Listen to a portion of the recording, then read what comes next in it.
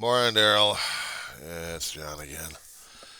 West Coast time is 1:16 in the morning. It's still the 7th, well, it's the 7th today of November 2023. Roseman, California calls out for you. What's going on, dude? Uh, got a little nippy, so I decided to wear something today.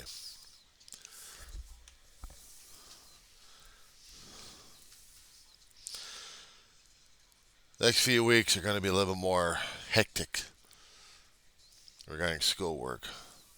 More pressure trying to get the stuff going and finalized, and then that's it. This week is it. Get the work ready for next week. But I'll tell you something, I really had questions about myself sometimes. What the hell was I doing back at school?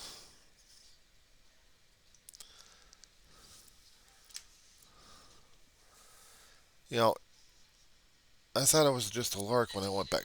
Ah, shut up. Hold on. Just wanted to get that damn thing off for a bit. I thought I was doing this thing as a lark. A guy talked to me and my brother going back to school in one of the sport meetings because he was at school and he said he was getting free money as long as he was doing a few things. And he was just doing a few electives that he liked to do. But then again, I gave it a little bit more serious thought concerning about it. My motivation, yeah, well, it's not exactly free money. You got to work at it. It's like at a job. You got to work and produce before you get paid. That's how I looked at it. If you don't do good work, you don't get paid. And that's what I tried to do, is just bust my ass. Nothing wrong with that. I thought it wasn't anything wrong with it. These days, I'm not quite so sure. But looking back at my previous academic failures or struggles, if one would look at them, back in the 80s compared to now, I think my brother and my mother would say, John, you're doing okay. You're doing great. I would ask myself that one, am I? Am I truly doing it great? I am asking myself those questions. I'm doubting myself. A lot of fears, a lot of doubts, and I know it's going to be affecting my work. The essay that I turned, well, the essay that I worked on for weeks, all throughout the month of October, I knew I was going to get a C out of the damn thing, regardless, because I really wasn't following what the instructor was trying to say. But the topic I picked out was mental health, moral to amoral behavior. How we looked at mental health a long time ago, you know, different viewpoints of it compared to what we have now these days. I mean, one would look at it as probably an individual situation here, but for me, I'm looking at it on a global situation and also throughout history. Well, the human race has always been nuts. We've always had it in for ourselves. We never were able to get things the way we needed it to have it. We want, therefore we conquered. If we were going out of our head, we were going a little bit nutty, then we were argued that we shouldn't have been that way in the first place. There are alien voices, or there's spirits or something like that screwing around with our heads.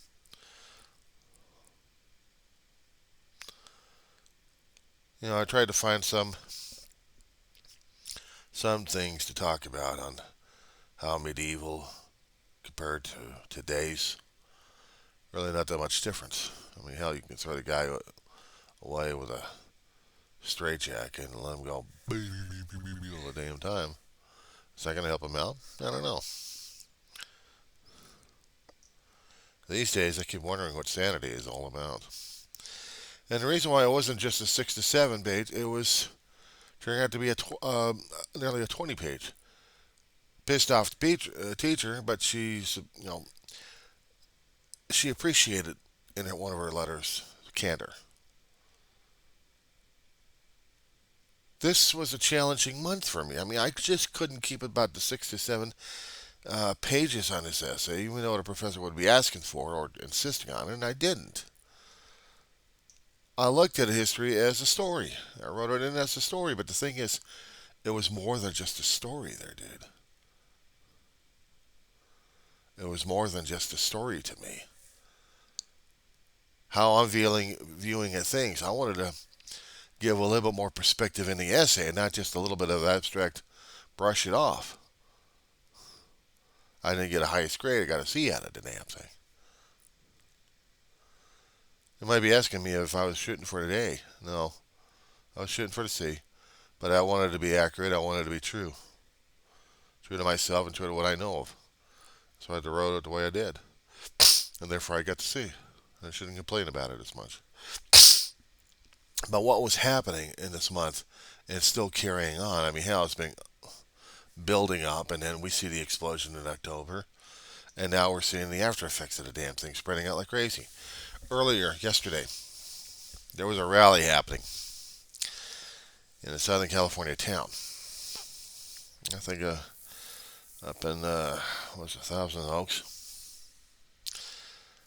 Or one of those areas.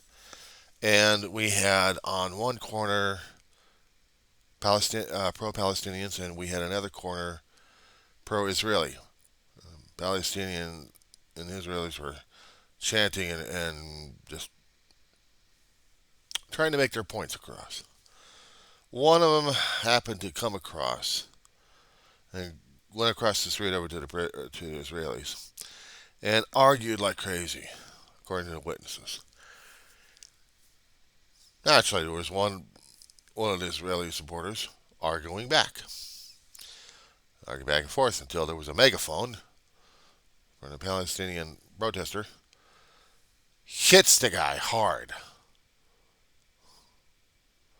It was reported that the guy died at the hospital from blunt force trauma. I don't know if and this guy was making a report to the cops. But there were other witnesses making reports about it too. So they're still investigating on this one. But and I know I got to get my videos relabeled because they're going to be talking about this damn thing a great deal. I'm on this one here. Remember I kept telling you about Japanese in the gardens?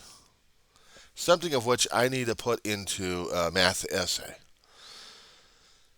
My fun part about this one here, trying to get my essay across for the teacher, I'm trying to make clear I don't know diddly about math. How math affects me. How math is observed by me. I view things not on a mathematical, numerical scale. I look at things and I think, whoa, check that out. If clouds are flying in the sky in a different formation, I'm looking at them thinking, wow, take a look at that. Isn't that gorgeous? Isn't that nice looking? And what happens? I'm taking pictures of it, and I'm not looking for the fractal nature of the damn thing. You know, I had to keep relocating that. Hang on a second. Give me a second here. Fractal nature. An ongoing, continuing cycle or repetition of a certain pattern that goes on and on and on and on and on. That's fractal. I can look at the sky and then I'll see fractal. Chaos, random patterns, sometimes organized, and it still looks pretty. I can look at trees changing their colors, not just shapes, but the colors on their leaves, and soon they'll lose the leaves. Winter's approaching. everything falls. Everything goes back to sleep. And I don't see the fractal nature of it. I see the beauty and I see the essence of it.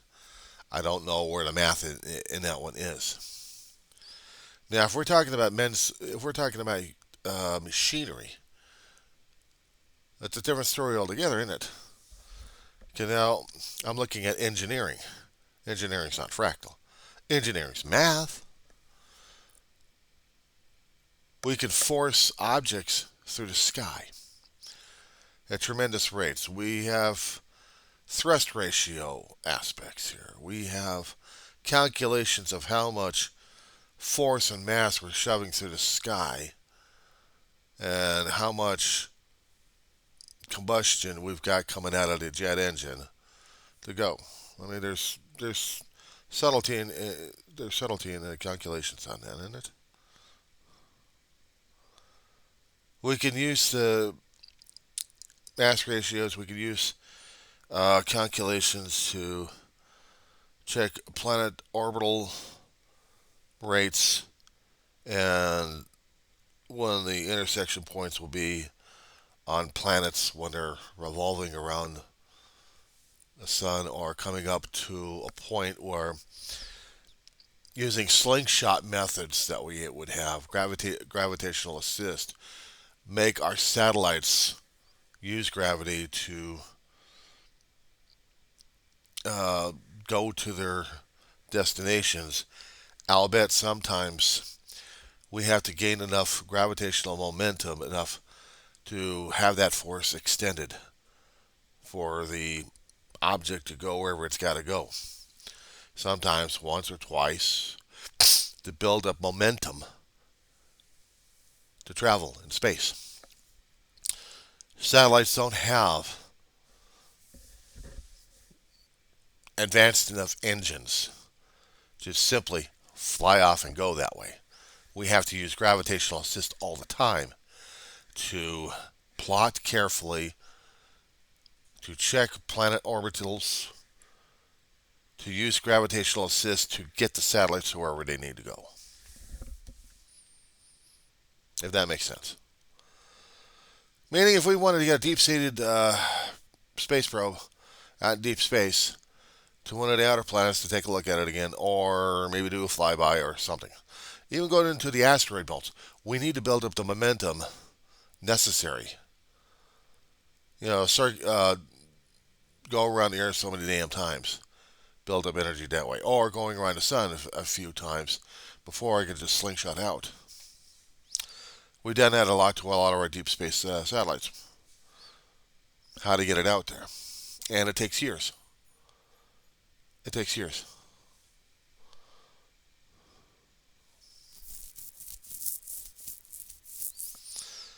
We've gotten probes out to Pluto, still hanging around that area. There was a couple of satellites going over to Saturn that we've had for about a decade and a half, and they're gone. One was already deep sixed in the atmosphere of Saturn. And we're still going over the satellite data on that one. Even Jupiter. They'll stay out there long enough. The ones that we actually needed to get out there in deep space are already gone. Pioneer program, and not to mention the Voyager crafts. They're gone. Their history out there. Beyond the Oort cloud, and it took years to get through the Oort cloud to make it. Now we don't know. They're gone. We'll get an occasional satellite. It'll take them about hours, almost days to get, but they're there.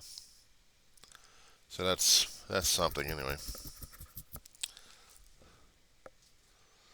In this day and age, I should be excited as a space enthusiast of the stuff that we keep throwing out there.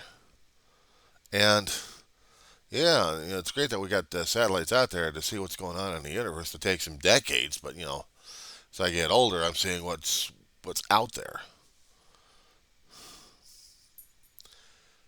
It just, I don't know. The older I get, I'm asking myself if I'm still in this math class I still got this math essay. I got to understand what's math mean to me. The hardest damn thing for me to do is to analyze this. I mean, mental health is one thing. I see crazy. I see insanity. I mean, that's. I see human behavior, not mathematics at this point over here. I see humanity. Math, to me, is cold, not human. But the thing is, it is human because it's our own mental exercise that we use to figure things out and therefore probably replicate them like crazy. How do we replicate hate like crazy? Is there a mathematical formula for this one? I mean, we can go crazy on another person, skull thumping them with a damn megaphone. Is that math? Or is that just human behavior? Human violence right there. I can see bunches of bananas still sitting out that I'd received maybe about a couple of days ago. Some of them almost look like they're the same size, same shape. Sometimes the size is different. Is that math? Seriously, is that math looking? If we're talking about fractal in nature, if it's going to be repetitive, then it's showing for the same way on those trees where the bananas are harvested. And they'll show nearly the same shape and the same size, nearly. Sometimes they'll be smaller, sometimes they'll be a little bit larger. But they're still the same shape. Okay, in that way, maybe it's fractal. Okay, it's all fractal in food. We can do fractal in food. We can make artificial stuff like crazy. We can make cookies and pastas and other stuff almost the same way. Damn near. That's math. Seriously, is that math? It's got to be math. We're seeing repetition. I mean, repetition in man's manufacturing is one thing, but seeing repetition in nature is a different thing altogether. They want me to take a look at a leaf pattern because the leaf pattern looks similar to everything else, and therefore it's fractal. It looks like it's infinite. There's a lot of differences in a damn thing. Does it hold my shape? Does it hold my attention? Not the shape of a damn leaf. If it's going through a color change, a chemical reaction, maybe photosynthesis, um, losing a color of its absorption material. I mean, if you'd looked at a leaf under a microscope after it got stained or something, you could see the functions of a leaf. There's chambers in the leaf that would suck in the carbon dioxide and produce oxygen.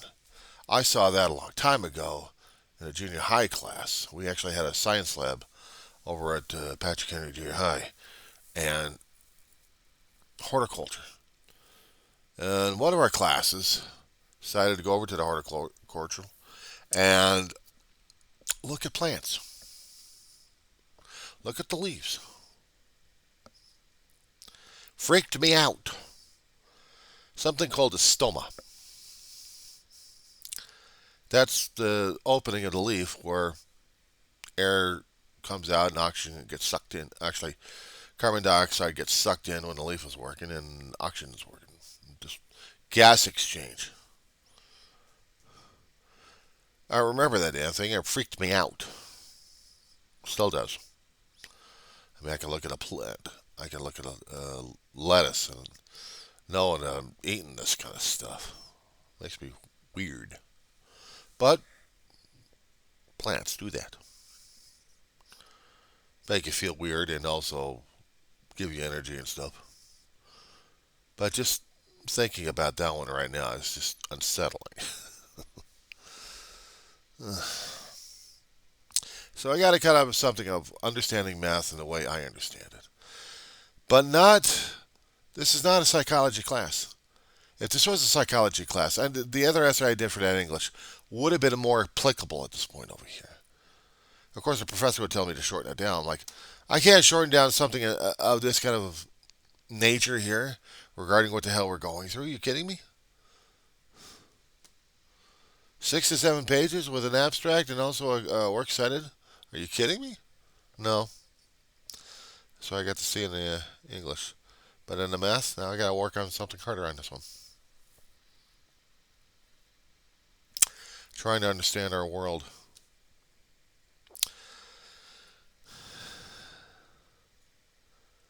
Yeah, I'm messed up on this one. I'm still trying to figure shit out. I'm trying to understand places and things and what they mean, how they mean, why they mean. In college, you're supposed to be expanding your brain. You're supposed to be questioning things. You're supposed to be challenging. What am I not challenged in? Numerical calculations? How do I explain to a professor who's so deep in calculations of the higher maths, and he's trying to help these students explain it? The younger students are getting this damn shit. I'm an old fart struggling in this damn thing. I even told the professor about that yesterday. I'm not dropping the class. He can drop my ass, but I'm not dropping the class.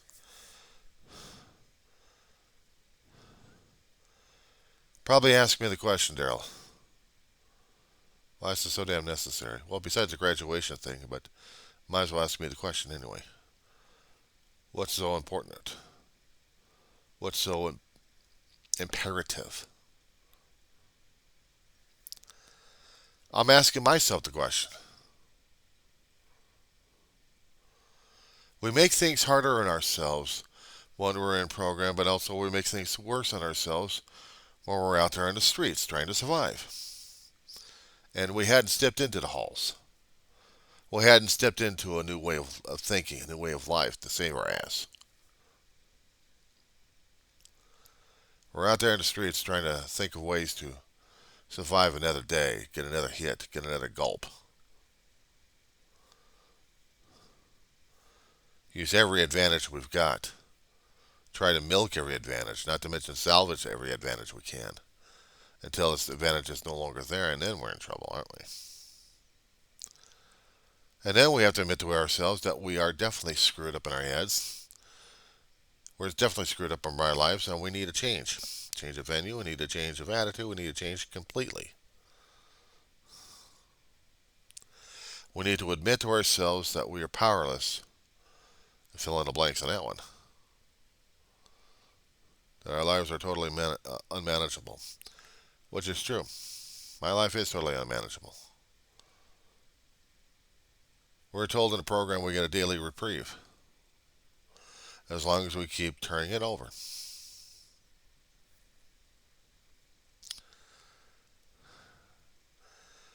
You're full of, when I'm so full of pride and egotistical crap going on in the head, and I think I know better. I need to be humbled a great deal, and I need to be humiliated a great deal, and I need to understand where the hell my place in the dimensions and the universe and everything else is. Right here in this moment, sitting in a chair talking about this stuff. I need to be honest with myself. I need to be honest with people. I need to be honest, period. And honesty is a pain in the ass policy, but we deal with it because we want to deal with survival in life, living,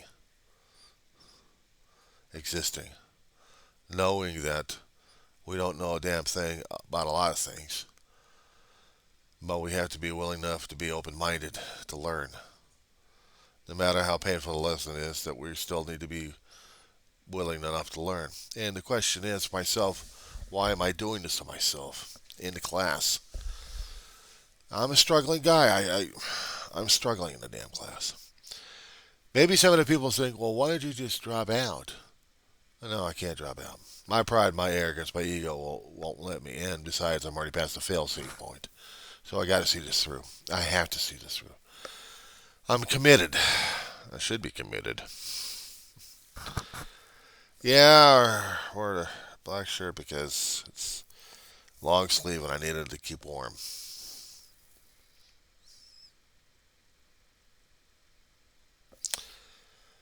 Math and everything.